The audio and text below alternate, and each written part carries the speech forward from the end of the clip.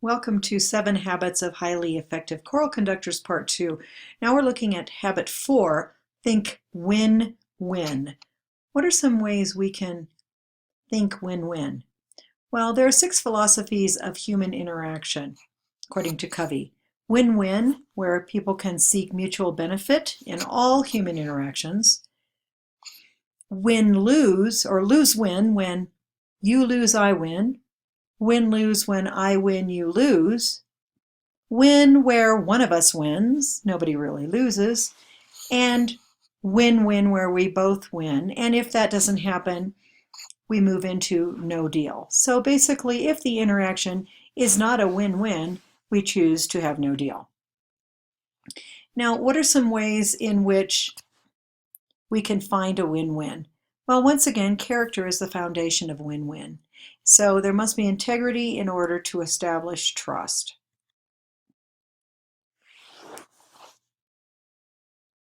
We need to begin nurturing the idea of our ensemble as being more of a partnership so that our relationships with our ensembles are win-win and making it a cooperative venture. So moving from the I-me mentality to the we-us. Move back into the lists of human interactions once again. I can see that win-win is the best for us. What are some ways in which we have lose-win situations where our choirs lose or our students lose but we win?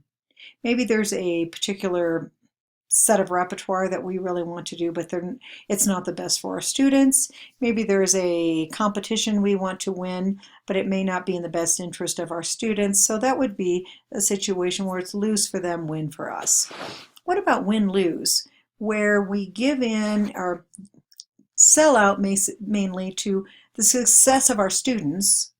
And I think many of us as teachers are in that boat, where we really want to make sure they win. But in the process, we lose. We are not providing ourselves with the nurturing that we need. So according to Covey, we need to look for ways in which both, in the choral world anyway, both our students can win and we can win as well. And many times when they win, we win as teachers. But it's all about trust and integrity. But moving our ensemble into a cooperative venture. So instead of having a vertical paradigm where we are working with a superior director and subordinate student, moving it to more horizontal, or finding ways in which we can come up with partnerships and teaming experiences. That would be the cooperative ensemble. It's also important for win-win to happen for us to think with what Covey calls an abundance mentality. The abundance mentality, and I see this maybe as much as with our peer relationships, possibly more than our student relationships, but the abundance mentality, there's plenty for everyone. The scarcity mentality, and we see this a lot in our profession, if you succeed, there will be less for me. So we need to focus on the abundance mentality, where if I win, there's still room for you to win. Or if you win, I don't feel like it takes away from my ability to win as well or to be successful.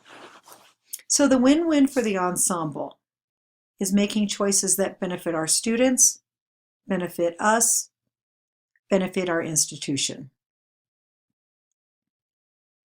The application of win-win would be choosing literature that benefits all, maintaining a balance of repertoire, choosing realistic repertoire, having a rehearsal demeanor that elevates our students and elevates us at the same time, and working toward a more collaborative demeanor.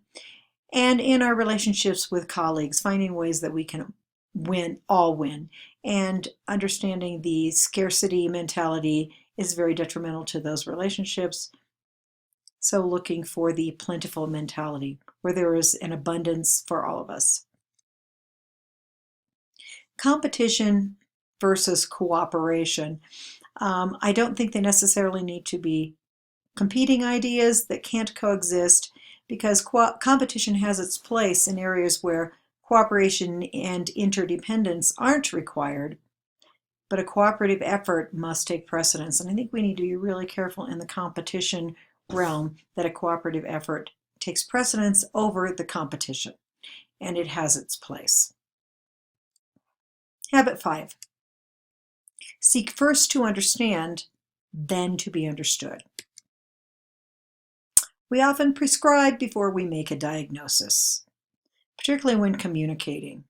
We really need to take the time to deeply understand the problems presented to us before we make the prescription. And so this particular habit, seeking first to understand, then to be understood, relates to that.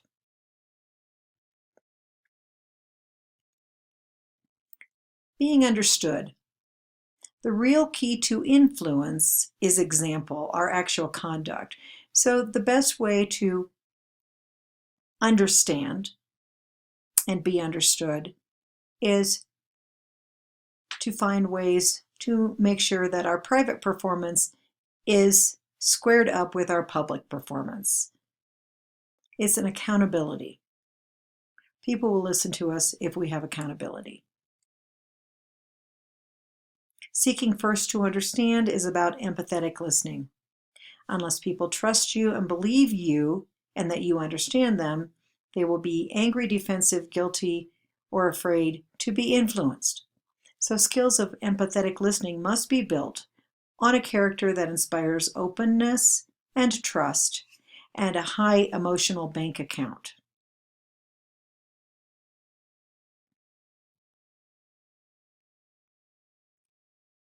Seeking first to understand, then to be understood, then the definition is listen and be observant, know the needs of our students. How do we apply this? By knowing our students, building relationships, knowing their abilities and potentials, encouraging personal responsibility, knowing the community expectations or the organizational expectations, and really understanding those first before we aim to be or seek to be understood, making literature choices that are realistic, and keeping a pulse on what's happening in the musical world. Know what's going on out there. Habit 6, synergize. Probably one of my favorite words. Synergize. The definition is a dynamic where the sum is exponentially more than the parts. So it's the product of combined human energy. And we do this in rehearsals all the time. Really, this is what choral music is all about.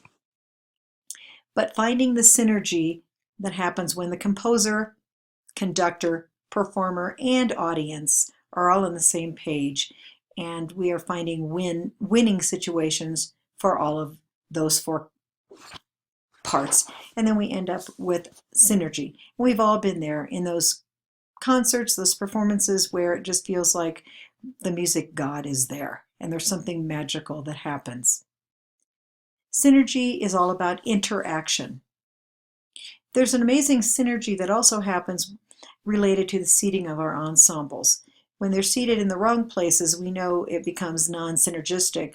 When they are in the right places, when it comes to their being able to listen, they're being heard, leadership is planted in various parts of the ensemble, we get a sense of synergy as well. So that word really does relate to a lot of aspects of choral music.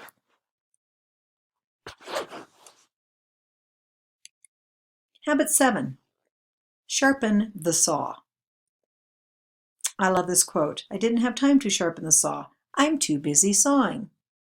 So sharpening the saw is doing exactly what you're doing right now, going to this workshop or taking this class. It's all about continued growth, refining, and always being on a quest for knowledge and excellence. Application, conventions, lifelong learning, professional development, research, listening to recordings, and knowing current knowledge in our subject area. The 8th habit. And this is the first I've mentioned the 8th habit. But Stephen Covey wrote the 7 Habits book first, and then he wrote a book called The 8th Habit. And in there he says the 8th habit is finding your voice and helping others find theirs. Well, I can't think of anything that applies more to choral music and what we do as choral conductors than finding our voice and helping others find theirs. I think there's an element of that where sometimes we forget the inner part or the personal part of finding our own voice, and we're jumping into helping others find theirs, but it's important that we do both. So the 8th habit involves moving from simply being effective to what Covey terms as being great. This is learning how to empower others and to encourage others in their own personal responsibility. According to Covey, the 8th habit is where talent, passion, discipline, and conscience all come together. So the talent needs to be there, the passion needs to be there, the discipline needs to be there, and we talked about that, really all of these in the 7 habits, but it's where all of the 7 habits come together, and the conscience is there. So we are living a life of integrity. And where they all intersect, that is our 8th habit, that is our passion, that is where the 8th habit occurs, and that's where we find our voice. So what is your voice? Where is the place where the talent, the passion, the discipline, and the conscience come together for you?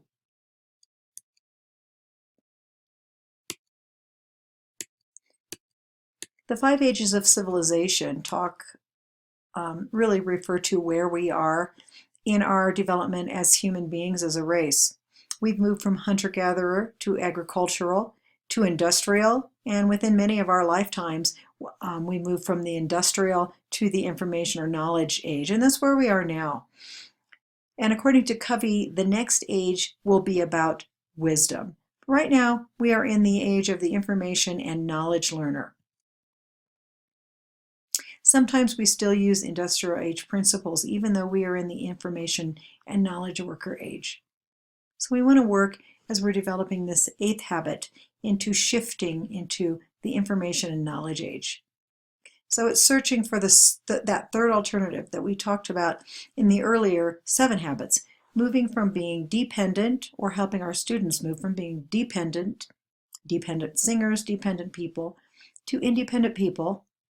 And sometimes we stop there, but we're really looking for the interdependence. And again, working to develop a collaborative ensemble where our job is to be the mentor and to basically be the trim tab or the rudder that guides the learning that happens.